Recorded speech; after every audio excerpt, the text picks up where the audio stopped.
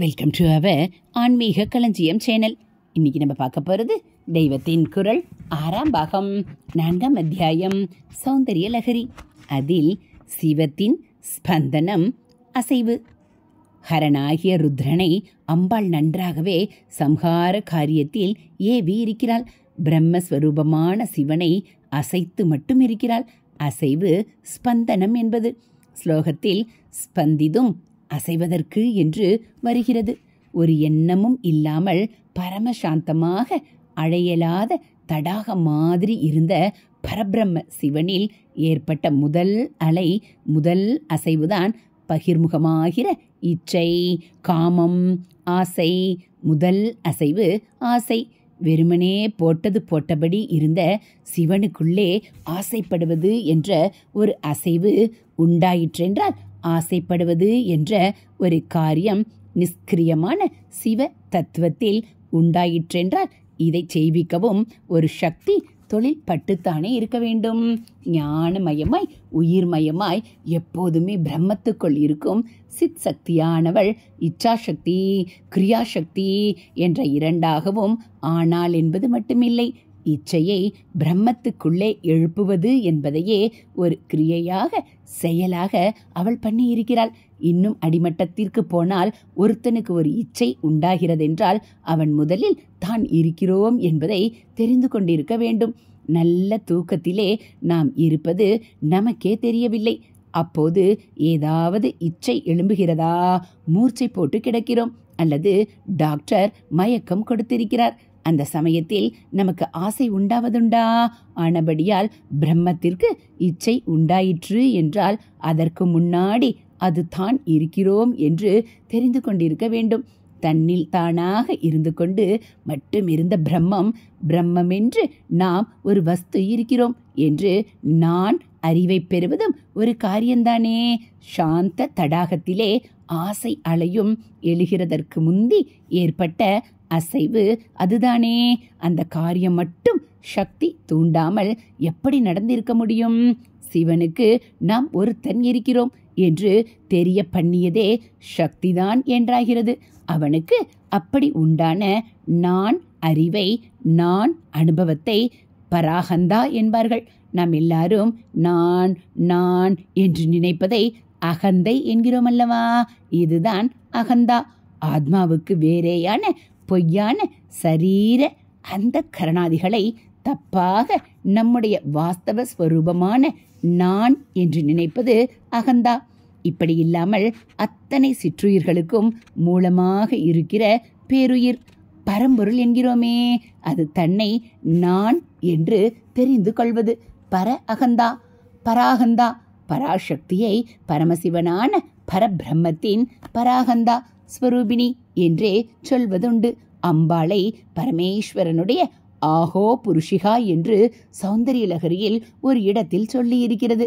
நான் என்று மார்த்தட்டி கொண்டு தற்பெருமைப்படுவதுதான் பொதுவாக ஆஹோ புருஷிகா என்பதற்கு அர்த்தம். கிஞ்சித் சக்தர்களான அற்ப சக்தர்களான நாம் நான் என்று தற்பெருமைப்படுவது தப்பு. ஆனால் சர்வசக்தியும் வாய்ந்த நானை பற்றி பரமசிவன் எவ்வளவு தற்பெருமைப்படவும் நியாயம் இருக்கந்தானே செய்கிறது.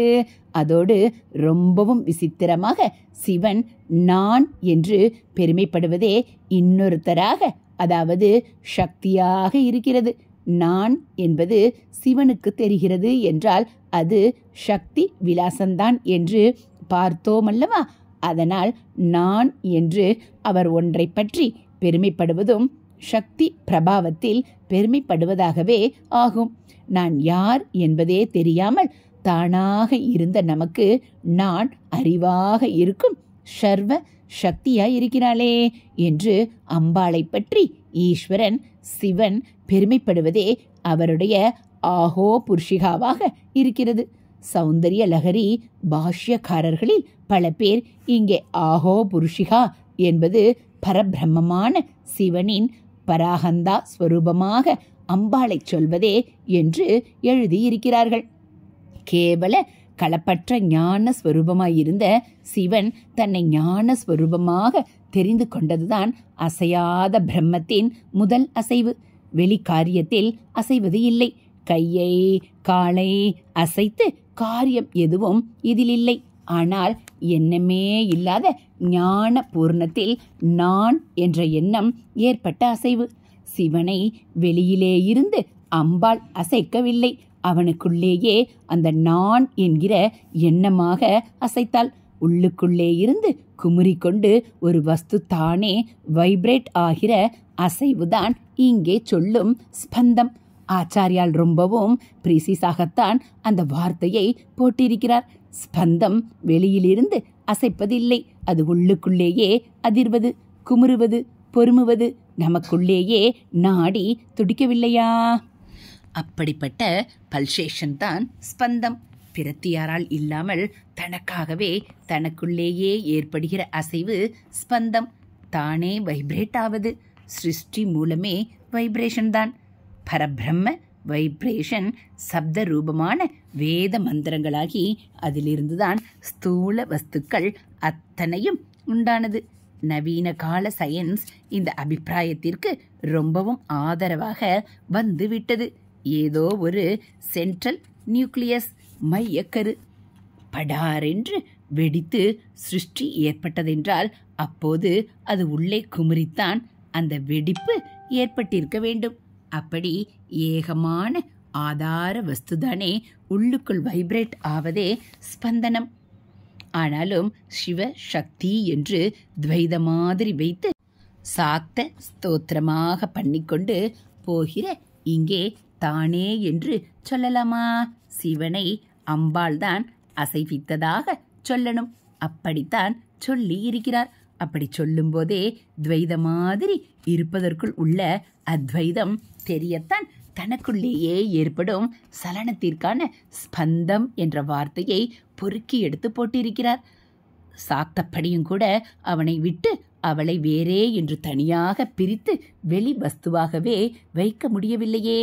சிவமும் சக்தியும் தீபமும் அதன் பிரகாசமும் போல், புஷ்பமும் அதன் சுகந்தமும் போல, தேனும் அதன் மாதுரியமும் போல, பாலும் அதன் வெளுப்பும் போல, சொல்லும் அதன் பொருளும் போல ஒன்றிலிருந்து ஒன்றை பிரிக்கவே முடியாதபடி அல்லவா சேர்ந்திருக்கிறவர்கள்.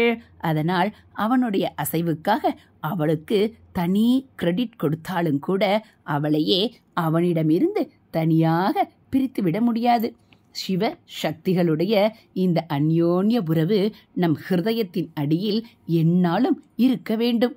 மீண்டும் சிவன் சக்தி என்பவர்களுடைய அந்யோன்ய உறவு நம் ஹிருதயத்தின் அடிவாரத்தில் எந்நாளும் இருக்க வேண்டும். தத்துவத்தை கவிதையாக்கி சொல்லும்போது காவிய ருசிக்காகவும் பக்தர்கள் தெய்வத்தோடு உறவு கொண்டாடும் சுவாதீனத்தில் ஏற்றி இறக்கி பரிகாசாதிகள் பண்ணுவதில் ஒரு ஆனந்தம் கிடைப்பதாலும் ஒரு தெய்வத்தை ஸ்துதிக்கும் போது அதற்கே சர்வோத்கர்ஷம், எல்லாவற்றுக்கும் மேலான நிலை.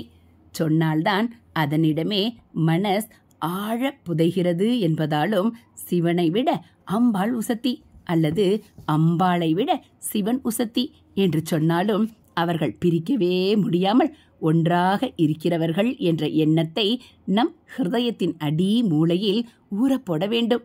அந்த உயர்ந்த எண்ணத்தில்தான் ஆச்சாரியால் சௌந்தரிய லஹரி ஆரம்பிக்கும் போதே சக்திதான் சிவனை அசைத்தாள் என்று அவளுக்கு உத்கர்ஷம் சொன்னாலும் கூட அசைப்பதற்கு சலனம் முதலான பழக்கமான வார்த்தைகள் உள்ள போதிலும் அதெல்லாம் அவனுக்கு வெளியில் வேறாக இருந்து அவள் அசைத்தாள் என்று அர்த்தம் கொடுத்துவிடுமே. அது கூடாது. அவனுக்கு உள்ளேயே உள்ளவள் அவள் என்று இந்த ஆரம்பத்திலேயே காட்டிவிட வேண்டும் என்றுதான் உள் அசைவை குறிப்பிடும் ஸ்பந்தம் என்ற வார்த்தையை போட்டிருக்கிறார். காஷ்மீர சைவம் என்று அவ்வப்போது சொன்னேனே, அதிலே இந்த ஸ்பந்தம் என்ற வார்த்தை இன்டர்னல் வைப்ரேஷன், உள் அதிர்வு என்கிற கருத்து ஆகிய இரண்டும் ரொம்பவும் முக்கியம். அந்த சித்தாந்தம் காஷ்மீரில் தோன்றி பிரபால்யம் அடைந்ததால் காஷ்மீர சைவம் என்று அதற்கு பேர் சொன்னாலும் அந்த சித்தாந்த பிரவர்த்தகர்கள் அதற்கு அப்படி பேர் கொடுக்கவில்லை. அவர்கள் வேறே சில பேர்தான் கொடுத்திருக்கிறார்கள். திரிக சைவம் என்பது ஒரு பேர். பசு, பதி, பாசம் என்ற 3 தத்துவங்களை சொல்வதால் அப்படி பேர். பிரத்யபிஞ்சா சாஸ்திரம் என்று இன்னொரு பேர். முடிவில் சிவ தத்துவத்தையே ஜீவனின் ஆத்மஸ்வரூபம் என்று தெரிந்து கொள்வதால் பிரத்யபிஞா என்று பேர். பிரத்யபிஞா என்றால் இன்னது என்று சத்தியமாக புரிந்து கொள்வது. அந்த தரிசனத்திற்கு சாஸ்திரத்திற்கு இன்னொரு பேர் என்னவென்றால் ஸ்பந்த சாஸ்திரம் என்பதேயாகும்.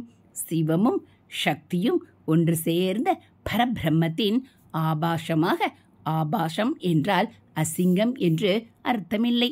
அந்த வார்த்தைக்கு அப்படி அர்த்தமே கிடையாது. ஆபாசம் என்றால் பிரதிபலிக்கின்ற, பிரதிபிம்பமாக்கப்பட்ட ஒளி என்றே அர்த்தம். பாஸ் என்றால் பிரகாசிப்பது. சூரியனை பாஸ்கரன் என்கிறோம். பிரகாசத்தின் பிரதிபலிப்புதான் ஆபாசம்.